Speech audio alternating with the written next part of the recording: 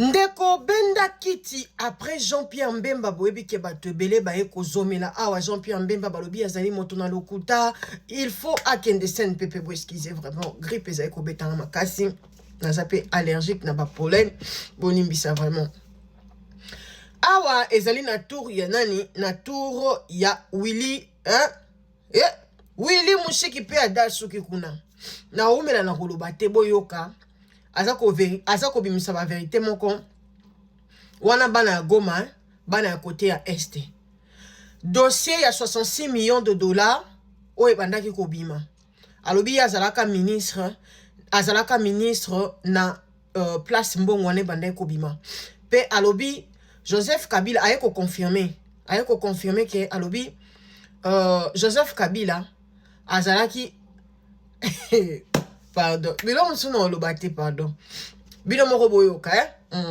pona Congo ezalaka olobaki to nini boyoka wini mse makambo eza minene Benda Kiti na biso Benda Kiti elingi olakisa ke video eza mwa mulai yoka ba secret za kobima awa oyo bango moko bana ba côté kuno ba ba secret na bango boyoka et un autre Congolais qui est déjà décédé malheureusement pour gérer le carburant à la logistique, à la société. Et moi, je savais à l'époque que Kabila était rwandais, puisqu'il était tout le temps avec James Kabarebe. C'est après que j'apprendrai que c'était le fils de Kabila, même pas un fils adoptif, un fils biologique. Mais comme vous savez, les Congolais n'aiment pas la vérité, alors que le peuple congolais a besoin de savoir les origines des dirigeants qui nous dirigent. Aujourd'hui, c'est la première fois qu'on a un chef de l'État. Évidemment, il y a Félix Tshisekedi, il y a aussi Kazako Mouchker, qui on connaissait au moins les parents, on connaît les écoles où ils ont fréquenté, on connaît les terrains de foot où ils ont joué, on connaît leurs amis. Mais qui connaît aujourd'hui les logistique qui ont étudié avec Joseph Kabila? Qui connaît l'école où Kabila a étudié avant de venir au Congo? Vous savez que ce sont des questions. Même Mobutu aussi, j'ai été aussi ministre de Mobutu. J'ai eu la chance, moi, d'être ministre de Mobutu. J'ai été aussi ministre de Kabila. Et je vous dis que chaque mois, il est payé 66 millions de dollars.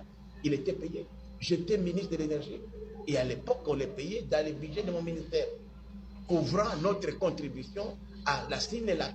La Sinelac, en fait, c'était l'entreprise commune entre nous, d'électricité, entre la RDC, les Rwandais et les Burundi.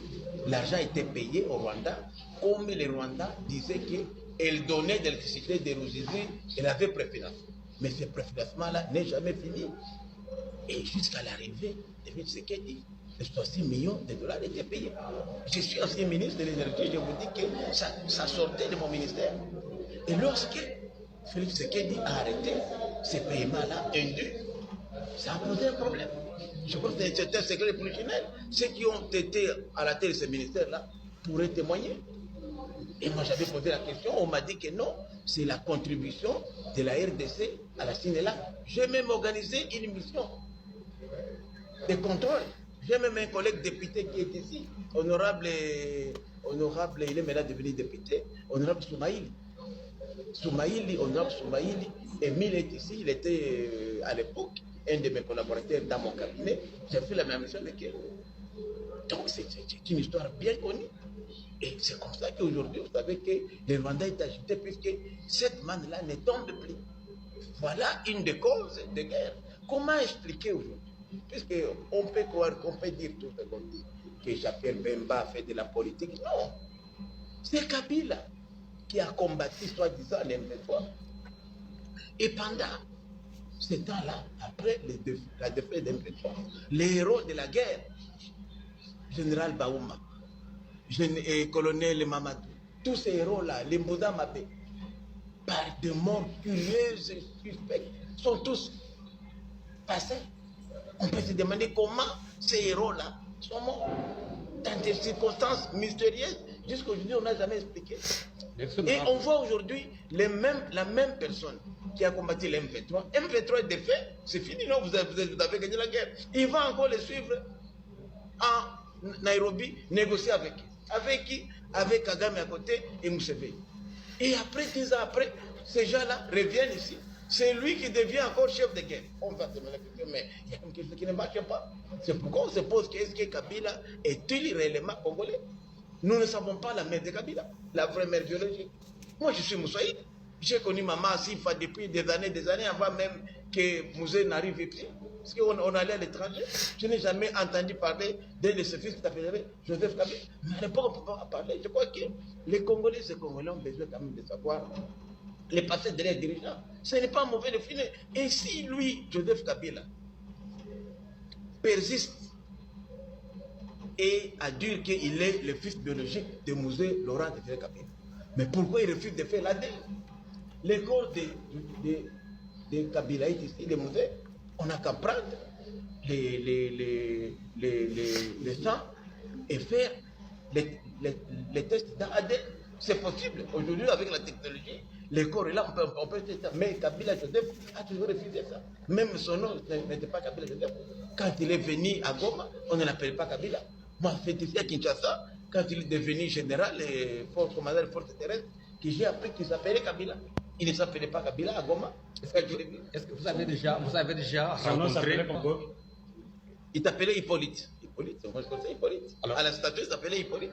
Vous pouvez demander les gens qui étaient à l'AFDEL, à l'époque à Goma, à la station, quand il était gérant, donc gestionnaire du carburant pour l'armée, l'AFDEL, et Mouzé Laurent Désiré Kabila était là, c'était chez nous à Goma, on l'appelait Hippolyte. Alors, honorable, le Rwanda avait réussi à adopter congolaises. Peuvent faire pour réparer cette histoire? Bon, moi je crois qu'aujourd'hui, nous voulons la réconciliation. On ne peut pas parler de réconciliation s'il n'y a pas de vérité. Il faut quand même qu'il y ait la vérité. Qu'on sache d'abord qui ont couvert Kabila jusqu'à aujourd'hui. Bon, l'effet professeur, il est mort là, Katangé là, il était même ministre. Hein? Donc il avait reconnu que c'est lui-même qui avait donné le nom de Kabangé à Kabila. C'est lui qui avait, il a reconnu. Et qu'il avait eu mission, c'est ça qu'on appelle de lui gouverneur, il a dit de son vivant que c'est lui qui avait eu mission à faire accepter Kabila comme Congolais. Mais pourquoi aujourd'hui les Congolais, les autres complices, ne font pas leur mea culpa? Ceux qui ont prétendu être cousins de Kabila, même leur oncle et tante, ces gens-là doivent être sanctionnés. Il faudrait qu'une information judiciaire soit ouverte pour connaître les origines de Kabila, comment le pays a été infiltré à ce niveau-là jusqu'à appliquer la magistrature suprême. Kabila n'est pas seul, il y a eu des complicités congolaises et les gens qui sont encore là aujourd'hui, qui l'ont accompagné. Ces personnes-là doivent être sanctionnées puisqu'ils ont fait du mal et du tort au pays. Pour terminer, Jean-Pierre Bemba, on va plus loin. Il dit que s'il avait facilité l'audience à Emmanuel Macron aux évêques de la Senko. Vous avez aussi cette information? Je le confirme puisque parmi les évêques, bon, on lui avait, lorsque les délégués de la Senko et de la SSC ont quitté ici, la première personnalité a été rencontrée, c'était bel et bien Paul Kagame. Pour eux, ils disent qu'ils voulaient aller à Goma rencontrer Nanga et les autres, mais ne pouvaient pas entrer à Goma sans passer par Kigali pour entrer. Ça peut être vrai. Mais en rencontrant le président Macron, ils lui ont dit non seulement, et en rencontrant le président Kagame, non seulement ils lui ont demandé de leur faciliter l'audience auprès du président Macron, mais de leur faciliter aussi l'audience auprès du président Moukouébeni et d'autres leaders. Ça, ils l'ont demandé, ils ne peuvent pas les cacher. Ils l'ont demandé.